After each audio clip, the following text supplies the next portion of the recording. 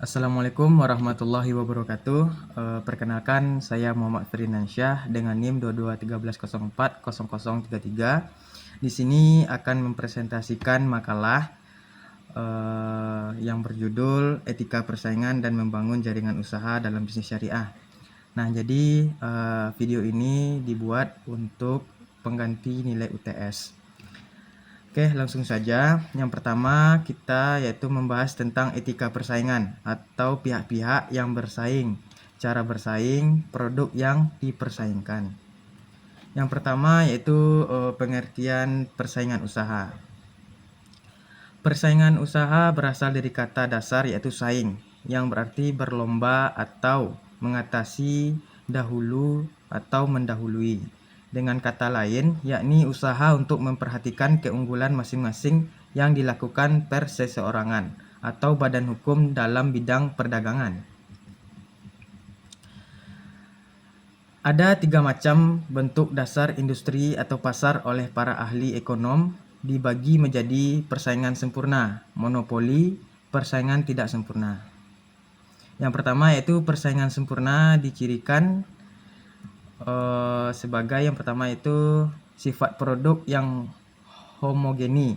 Semua perusahaan mengetahui akan pasar, teknologi, dan akses pemasok yang sama. Tidak ada hambatan keluar masuk bagi perusahaan lama dan baru, atau banyaknya penjual dan pembeli sehingga harga tergantung pada pasar. Yang kedua, monopoli merupakan lawan dari persaingan sempurna karena hanya ada satu penjual dengan produk yang sangat unik. Tidak ada produk pengganti sehingga penjual dapat mempengaruhi harga. Ketiga yaitu persaingan tidak sempurna, terdiri dari 2 bentuk, yakni monopoli dan oligopoli. Monopolitik dicirikan banyak penjual, namun produk-produknya memiliki perbedaan sehingga produk-produk ini bersaing atas dasar harga. Lanjut, poin berikutnya faktor-faktor persaingan usaha. Adapun faktor-faktor dari perusahaan usaha yaitu yang pertama, produk yang diperjualbelikan sama, seluruh salurannya distribusi sama, adanya naik turun harga, pemasok produksi sama. Ketiga, cara persaingan usaha. Menurut Normin S. Pakpam, persaingan usaha dapat berbentuk persaingan sehat atau perfect competition dan persaingan tidak sehat atau imperfect competition.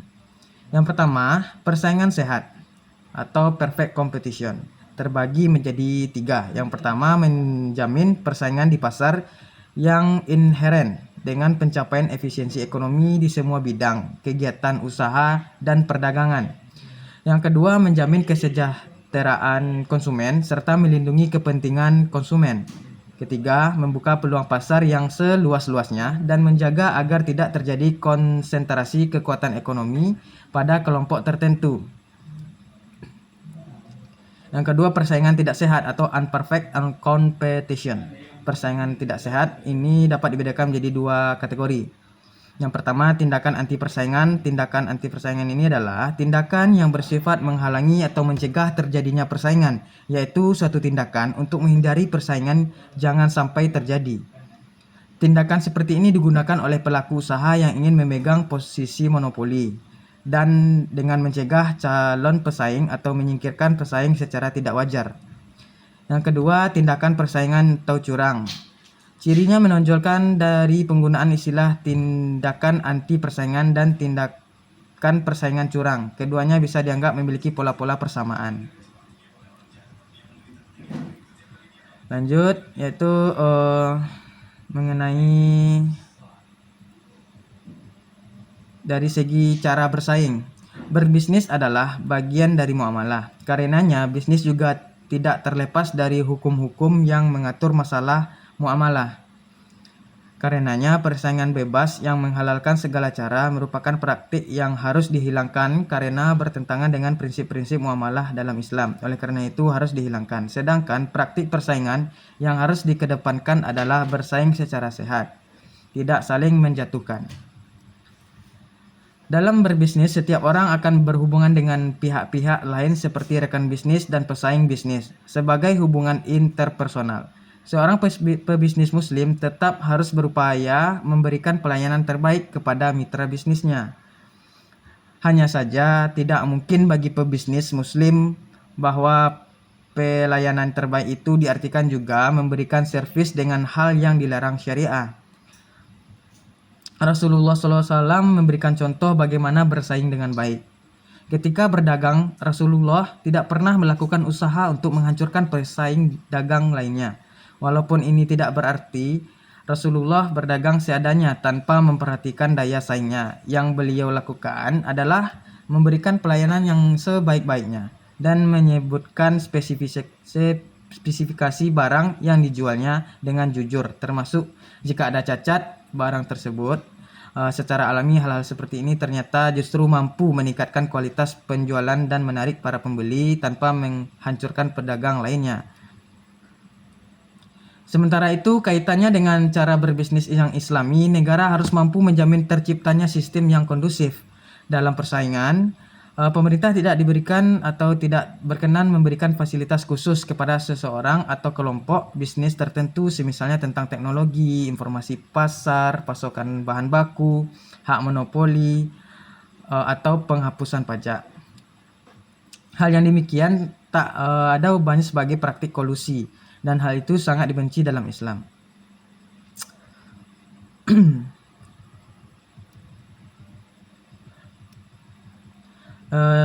Poin berikutnya yaitu membangun jaringan usaha atau faktor-faktor pembentuk jaringan usaha atau pola hubungan menetapkan relasi. Nah, pengertian jaringan usaha. Menurut Van Dijk dalam Nailul Mona mendefinisikan jaringan wirausaha adalah suatu perkumpulan orang-orang dan relasi atau hubungan yang berlangsung pada elemen-elemen dalam satu unit jaringan yang terkecil jumlahnya atau 3 elemen, sementara link yang terbentuk antara nodes minimal 2. Dengan demikian, maka jaringan merupakan modal organisasi dari 21 sistem yang kompleks yang berbentuk dari sistem yang kompleks terbentuk secara ilmiah.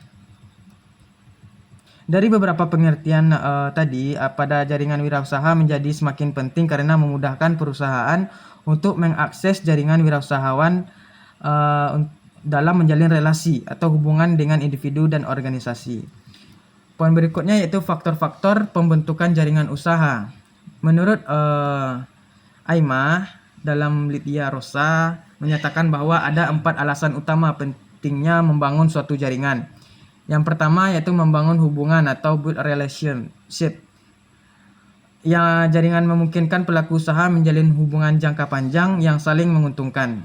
Yang kedua, sebagai kemitraan atau partnership. Melalui jaringan, pelaku usaha bisa membangun kemitraan strategis untuk meningkatkan kapasitas usahanya. 3, sebagai media konsultasi atau advice. Jaringan juga menjadi sumber informasi dan saran. Berikutnya yaitu saling bertukar ide atau exchange ideas.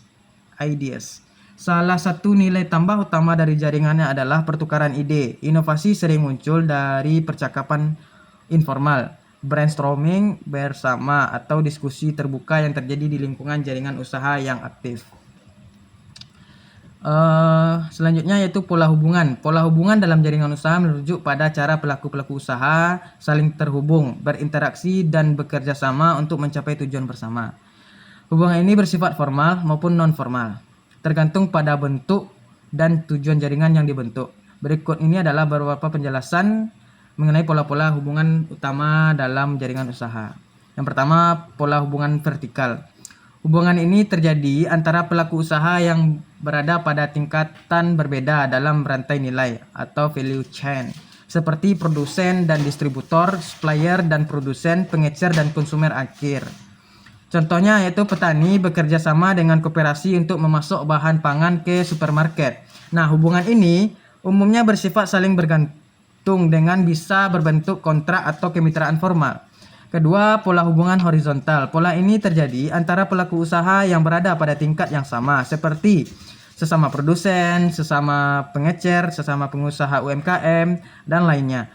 Tujuan ini bisa berupa kolaborasi dalam pemasaran, pengadaan bahan baku bersama, atau penguatan posisi tawar terhadap pasar. Contoh, beberapa pengrajin batik membentuk koperasi untuk memperkuat promosi dan menurunkan biaya produksi. Berikut pola hubungan diagonal, merupakan hubungan lintas fungsi atau sektor, misalnya antara pelaku usaha dengan lembaga keuangan pengusaha, dengan lembaga riset atau universitas industri, dengan sektor pemerintahan. Hubungan ini mendukung pengembangan kapasitas usaha, inovasi, dan pendanaan. Contohnya UMKM bekerja sama dengan universitas untuk mengembangkan kemasan produk yang lebih ramah lingkungan. 4. Pola hubungan jaringan klaster atau cluster network. Dalam pola ini, berbagai pelaku usaha yang memiliki keterkaitan geografis dan sektor industri membentuk klaster usaha untuk saling memperkuat daya saing. Hubungan ini bisa mencakup vertikal, horizontal, dan diagonal secara bersamaan. Contoh, klaster industri kerajinan di Jepara, di mana pengrajin eksportir, pelatih, dan pemuda saling bekerja sama. Selanjutnya, menetapkan relasi. Dalam poin ini memperkuat hubungan kerjasama dengan pihak-pihak yang terlibat dalam aktivitas bisnis, baik secara internal maupun eksternal.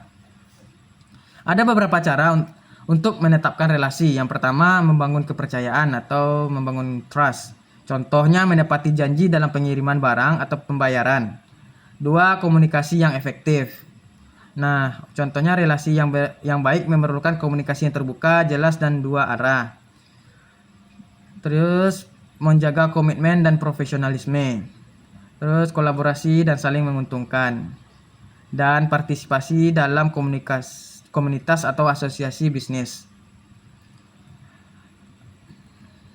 Dan yang terakhir yaitu memberikan apresiasi dan umpan balik. Nah, mengapresiasi kontribusi mitra atau pelanggan serta menerima masukan untuk perbaikan bisa membuat relasi lebih kuat dan sehat. Jadi, dalam bisnis syariah ini, etika persaingan dan pembangunan jaringan usaha harus berlandaskan pada prinsip-prinsip Islam yang menjunjung tinggi kejujuran, keadilan, dan tolong-menolong. Etika persaingan tidak boleh mengandung unsur manipulasi, penipuan, monopoli, atau merugikan pihak lain secara tidak adil. Persaingan sehat justru dianjurkan sebagai bentuk motivasi untuk meningkatkan kualitas produk dan pelayanan. Sementara itu, membangun jaringan usaha dalam bisnis syariah harus dilakukan dengan semangat ukhuwah, saling percaya, serta komitmen terhadap akad yang sesuai dengan syariat. Dengan demikian, bisnis syariah tidak hanya bertujuan untuk mencari keuntungan materi, tetapi juga membawa keberkahan dan kemaslahatan bagi semua pihak. Etika persaingan dalam bisnis menuntut keterlibatan pihak-pihak yang bersaing secara jujur, adil, dan profesional, baik individu, perusahaan, maupun meliputi inovasi produk. Peningkatan layanan, efisiensi proses, dan promosi yang tidak menjatuhkan pesaing. Produk yang dipersaingkan seharusnya memiliki nilai manfaat, halal, dan tidak mengandung unsur penipuan atau gharar. Persaingan yang sehat akan menciptakan dinamika pasar yang positif dan meningkatkan kualitas ekonomi umat. Sementara itu, membangun jaringan usaha merupakan strategi penting dalam memperluas pasar, meningkatkan daya saing, dan memperkuat eksistensi bisnis. Faktor-faktor pembentukan jaringan usaha meliputi kesamaan visi, kepercayaan, komitmen terhadap nilai-nilai etika, dan saling menguntungkan. Pola hubungan yang dibangun harus bersifat kolaboratif, transparan, dan saling mendukung, bukan sekedar hubungan transaksional saja. Untuk memantapkan relasi, diperlukan komunikasi yang efektif, menjaga integritas, serta konsisten dalam memenuhi kesepakatan dan akad yang telah dibuat. Dengan membangun jaringan usaha yang kuat dan etis, bisnis akan lebih berkelanjutan dan mampu memberikan manfaat luas bagi masyarakat. Sekian, terima kasih. Assalamualaikum warahmatullahi wabarakatuh.